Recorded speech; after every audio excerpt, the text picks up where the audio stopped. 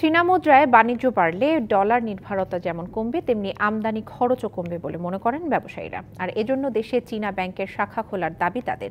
এদিকে বিশ্লেষকরা মনে করেন, চীনের সঙ্গে বিশাল বাণিজ্য ঘাটতি থাকায় চীনা মুদ্রায় লেনদেন বাংলাদেশের জন্য খুব বেশি লাভের হবে না, যদিও বিশ্লেষকদের মাঝে আছে ভিন্ন মত।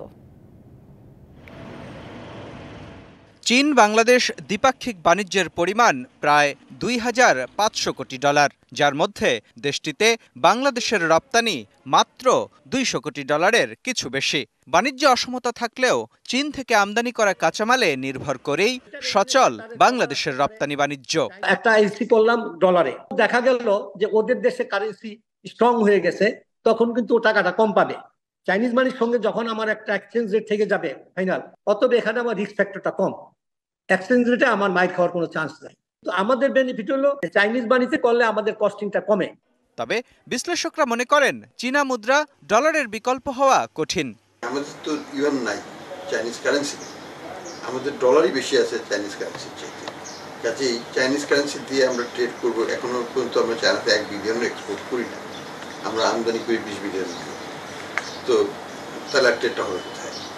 একতরফা তো আর ট্রেড হয় না, ওরাই তো রপ্তানি করতেছে, আমরাই শুধু আমদানি করে যাচ্ছি, রপ্তানি তো আমরা করছি অল্প। ব্যবসায়ী সংগঠনের নেতারা বলছেন, পুরো বিশ্বই এখন ডলারের বিকল্প মুদ্রার দিকে ঝুঁকছে। সেক্ষেত্রে বাংলাদেশও যদি চীনা মুদ্রায় লেনদেন সহজ করে, তা দেশের জন্য ভালো হবে। সুইফটের একটা বিকল্প হচ্ছে সিআইপিএস। চীন শুধু আমাদের ট্রেডিং পার্টনার না, তারা আমাদের এখানকার বড় ডেভেলপমেন্ট পার্টনার, তারা আমাদের এখানে অনেক বড় ইনভেস্টমেন্ট পার্টনার। ইউয়ানে আমাদের এভিনিউটা খোলা রাখি, তাহলে আমাদের বেশ কিছু ক্ষেত্রে বাংলাদেশে লাভবান হওয়ার সম্ভাবনা আছে।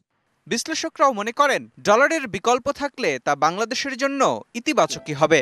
যে চায়না বাংলাদেশে বেশ কিছু বিনিয়োগ প্রকল্পে ইনভলভ আছে, যদি তারা এইসব বিনিয়োগ প্রকল্পের অর্থায়নে যদি ইউয়ানের মাধ্যমে করে, তাহলে কিন্তু ইউয়ানের সরবরাহ বাড়তে পারে, তখন হয়তো এটা সেটেল করাটা সুবিধা হতে পারে।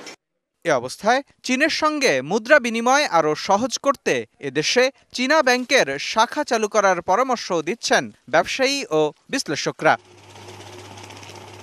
মুস্তফা মাহবুব, ডিবিসি নিউজ, ঢাকা।